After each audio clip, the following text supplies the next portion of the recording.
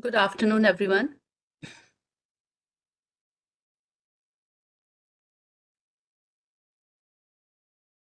Today we will start a new chapter, that is 73rd and 74th Constitutional Amendment.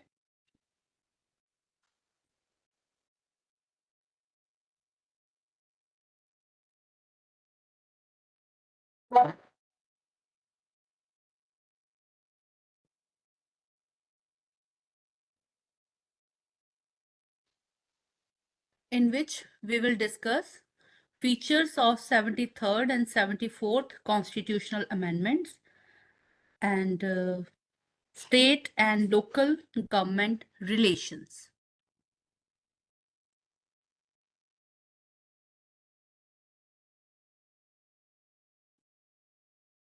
Seventy-third Amendment Act or Panchayati Raj Institution in detail.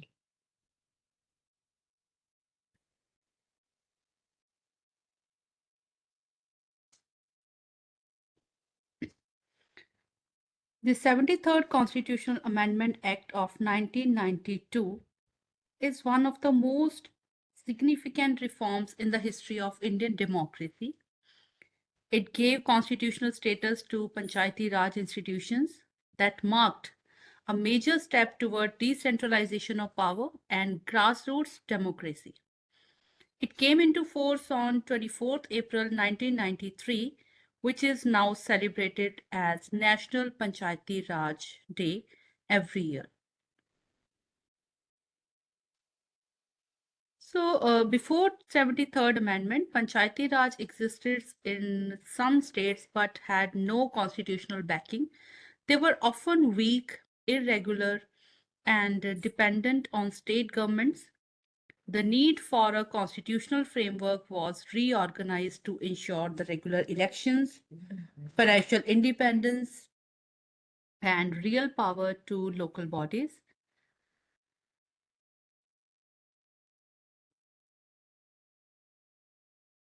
This 73rd Amendment added a new Part 9, to the Constitution titled Panchayats, Article 243 to 243O, and also added 11th schedule listing 29 subjects to be transferred to panchayats.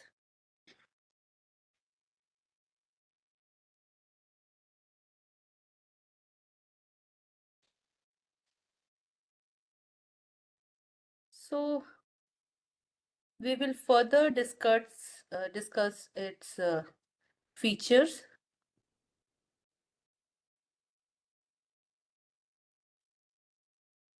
Like first and foremost, there is three-tier structure. This act provides for a three-tier system of Panchayati Raj in each and every state. Like there is Gram Panchayat at the village level, Panchayat Samiti at the block or intermediate level, and Zilla Parishad at the district level. Then it is proposed formation of Gram Sabha. Gram Sabha consists of all the adult men's and women's registered as voters in the Panchayati area.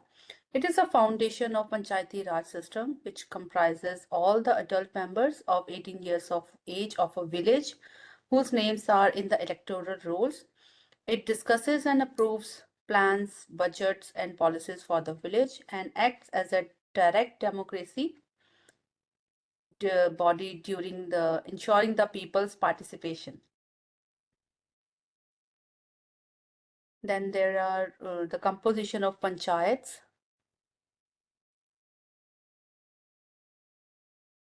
and apart from it, there are elections. The panchayat members directly elected by the people, and the term of panchayat is 5 years.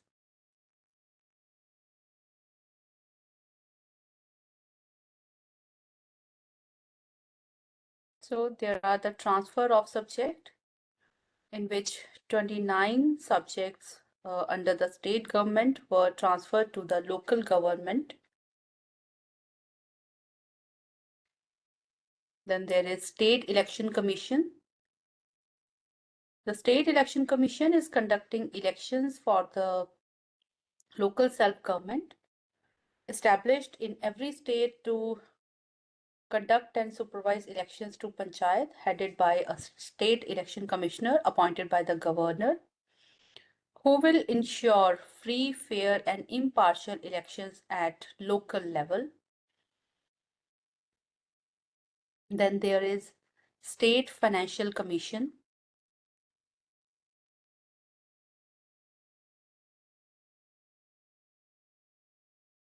After every 5 years, the governor must appoint a State Finance Commission.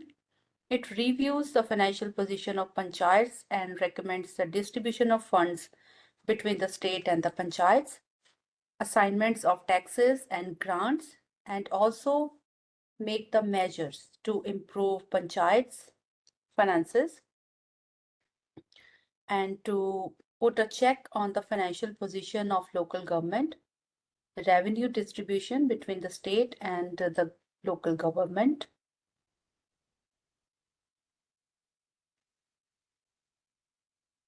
And this 73rd Constitutional Amendment Act also empowers panchayats to prepare, implement, and plans for economic development and social justice. It will manage the functions listed in 11 schedules such as agriculture, rural, housing, roads, drinking water, poverty alleviation, education, and health, etc. And the state legislature decides the exact powers and functions of each level. And this act does not apply to certain areas like states of Nagaland, Meghalaya, Mizoram, and certain tribal areas under the 6th schedule. Certain hill areas and schedule areas are also spareable from this act. So this act is also very significant in different measures, like it brought democracy to the grassroots level. It also empowered the citizens, especially marginalized groups, to participate in decision making, and also improved local governance and planning. It ensured the representation of women, SCs, STs, and OBCs. It made the local bodies more accountable to the people and promote rural development based on local needs and priorities. But instead of this, there were some of the challenges which hindered the way of implementation, like panchayats still depends heavily on the state and center for the funds, and the state government often control the local decisions, and sometimes there is a lack of administrative skill among the members of Panchayati Raj, and some states delay the elections and weaken the panchayat functioning. Women and the weaker sections sometimes face social resistance. So at the end, we can say in the sense that 73rd Amendment Act was a landmark step in strengthening grassroots democracy in India. It institutionalized the Panchayati Raj system, ensuring people's direct participation in governance and development.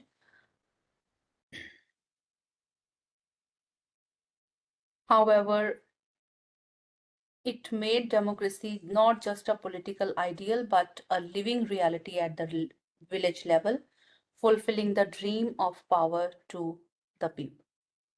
So these were the most important features of 73rd Constitutional Amendment Act. Moving ahead,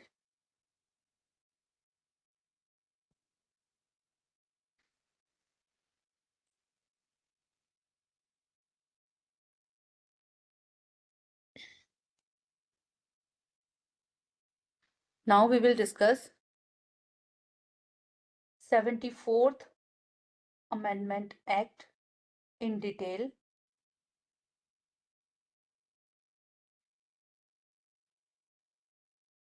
The 74th Amendment Act of 1992 is one of the most important reforms in Indian democracy because it granted constitutional status to urban local bodies, the municipalities, and provided a uniform structure of urban governance across the country.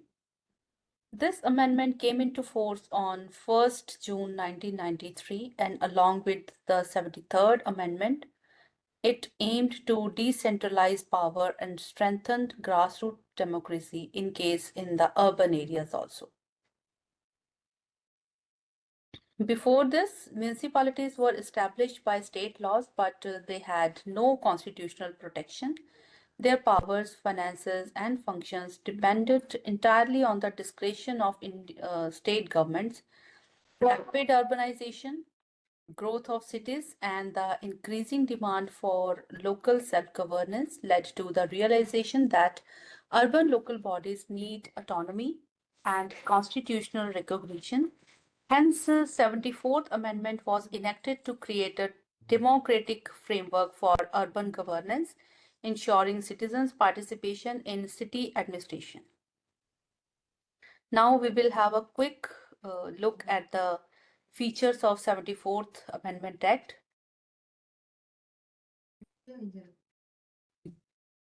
As this act provides the establishments of three types of municipalities based on the size and population of urban areas like Nagar Panchayats. This was for the areas in transition from rural to urban. Then there was municipal council for smaller urban areas and municipal corporation for larger urban areas and big cities. This three-tier structure ensures that different urban centers have appropriate governance system.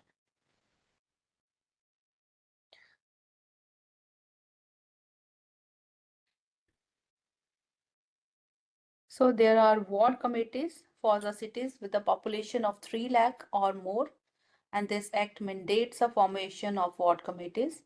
These committees enable citizen participation and local decision making at the neighborhood level. Also, the tenure of the every municipality is 5 years. If dissolved earlier, election must be conducted within 6 months, and regular elections are compulsory to prevent political manipulation. And just as 74th Amendment Act for Panchayati Raj, even the state commission, election commission was conducts the supervise the elections for the municipalities, just it does for the panchayats. It ensures free and fair elections at the local level. And the governor must constitute a state finance commission for 5 years. It reviews the financial position of municipalities and recommends the distribution of revenues between the state and local bodies, allocation of funds, taxes, and grants, and measure to improve financial autonomy of municipalities.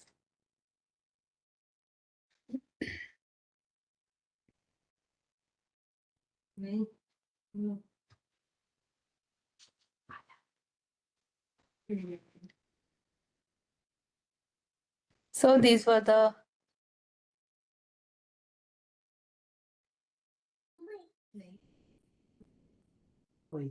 now the finance of municipalities were generated from local taxes, fees, fines, and user charges, grants from state and central government, loans and borrowing. However, many municipalities still face financial shortages and depends heavily on state support. There was a district planning committees for each district. A district planning committee is formed to consolidate the plans prepared by panchayats and municipalities. This ensures coordination between the rural and urban development. So, public service related to matters in 12th schedule, which includes 18 subjects such as urban planning, regulation of land use and construction of buildings, roads and bridges, water supply, public health and sanitation, fire services, urban forestry, etc.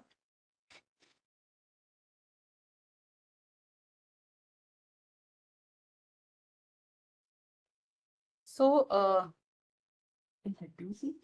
at the end, we can say for the implementation of these important things, there were few challenges as many municipalities lack independent revenue sources, and sometimes the state governments often control major urban functions, and poor planning and lack of expertise and inefficiency or weak institutional capacity was also a hindrance in the way of implementation of these policies or this act. And sometimes ward committees and local forums are often inactive, and population pressure and slums and inadequate infrastructures also creates a hindrance in the way of the implementation. So at the end, we can say that the 74th Amendment Act was a milestone in India's democratic evolution. It gave constitutional recognition to urban local governments, ensuring that the people of cities and towns could directly participate in governance and development. However, for the amendment to achieve its full potential, there must be greater financial empowerment, capacity buildings of local institutions, and reduced political interference.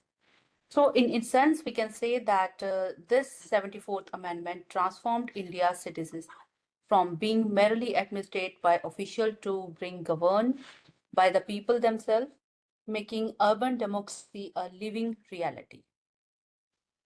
So, these were the features of 73rd and 74th Amendment Act. Now, we will discuss its next topic, state-local government relation.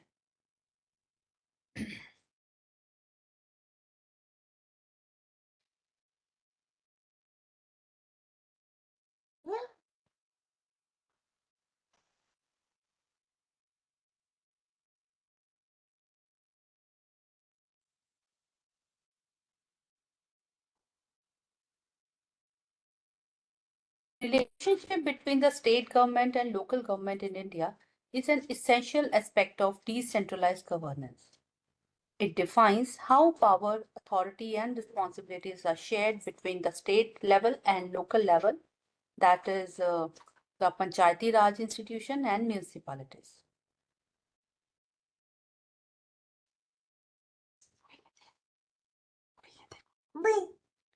So, there are some key provisions shaping the local and the state relations.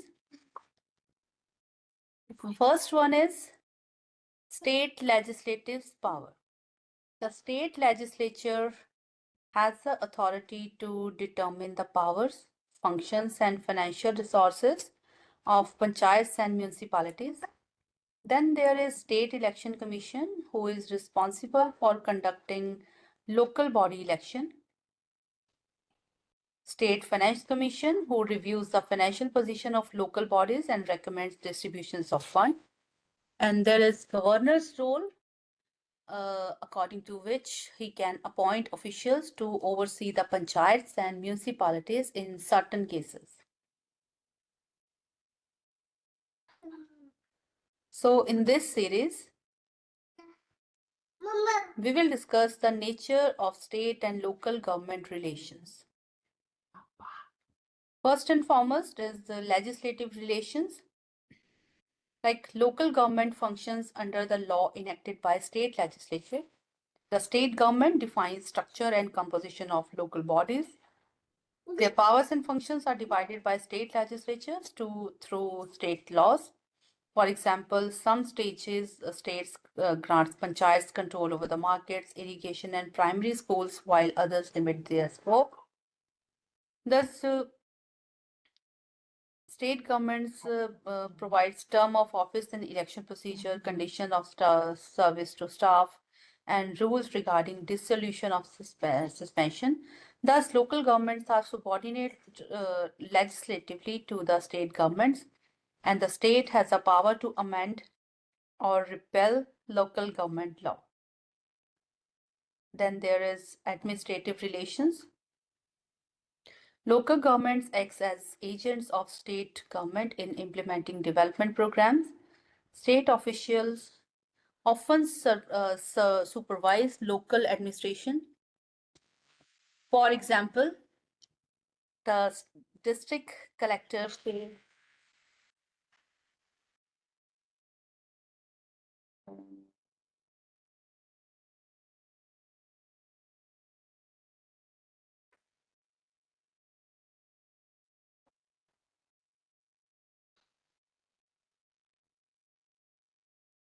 So sometimes state officials often supervise local administration. For example, the district collectors plays a key role in coordinating between the state and the Panchayati Raj institution.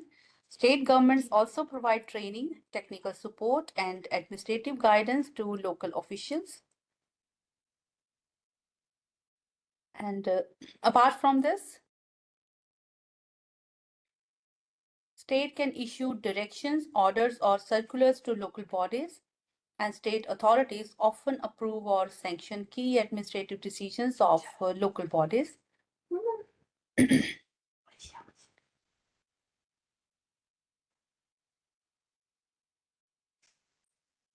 It also conduct periodic audits and inspections of local bodies through departments like local fund, audit, and directorate of panchayats and municipalities.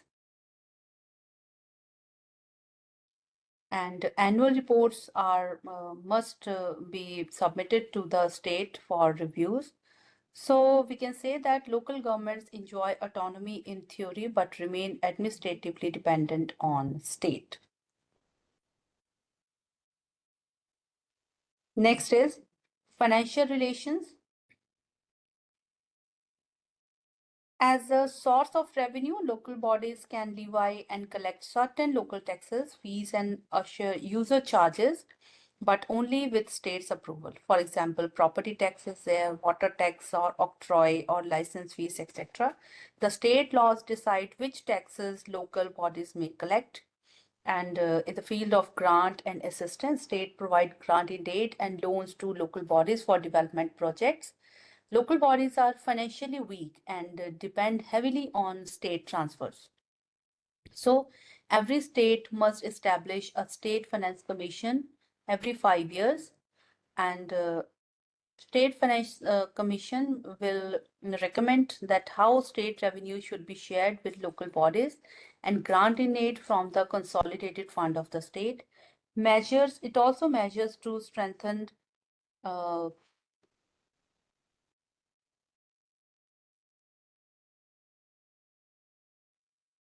strengthen the local finances.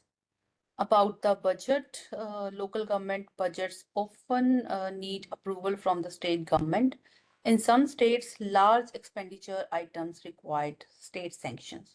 So we can say that local governments are financially dependent on state governments, which limit their autonomy.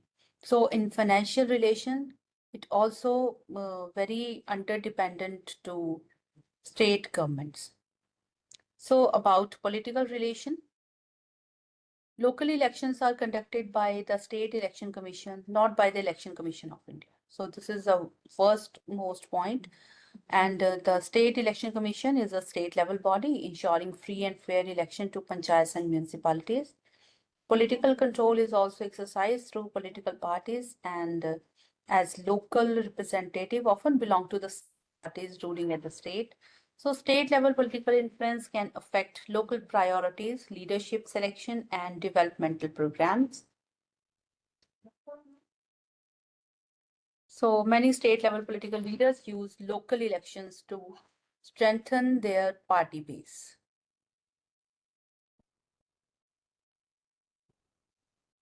So lastly, we have judicial control.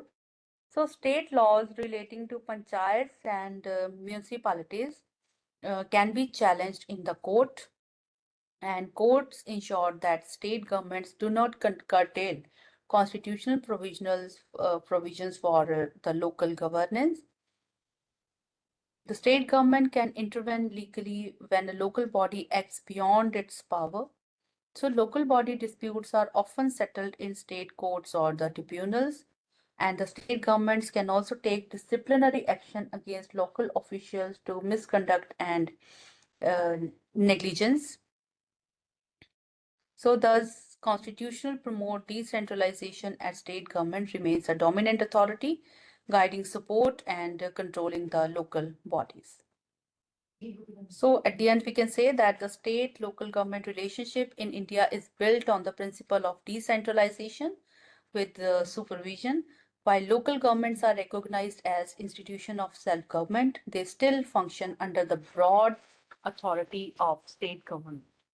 For effective governance, this relationship should be based on the cooperation, but not on the domination, support, but not interference, and autonomy with accountability. So, a balanced relationship between state and local government ensures that democracy truly reaches the grassroots, promoting the efficient administration, citizen participation, and local development. So, lastly,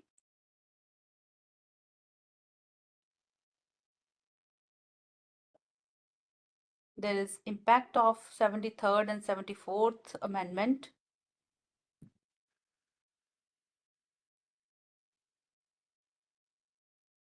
The impact of 73rd and 74th Amendment Act is that there is a uniformity in structure of local bodies.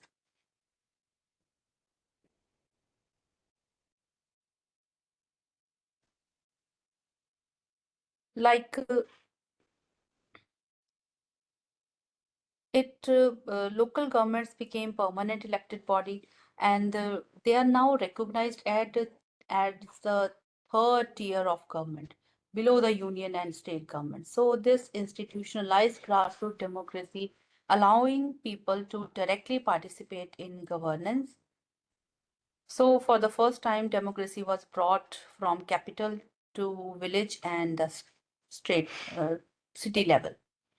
So then there is more women representation led to women empowerment. One of the most important and transformative impact has been the reservation policies of women. At least one third of the seat, including the chairperson post, reserved from women. This led to the empowerment of women leaders, and it involved day-to-day administration. And also, the act deepens the root of democracy by involving ordinary citizens in governance, like regular elections at the village, block, district, and city levels allow direct public involvement in decision making. People can express their needs, monitor local development, and hold the representatives accountable. So, this encouraged political awareness and citizenship participation in rural and urban areas alike. So now democracy become not just a political system, but a way of life in local communities.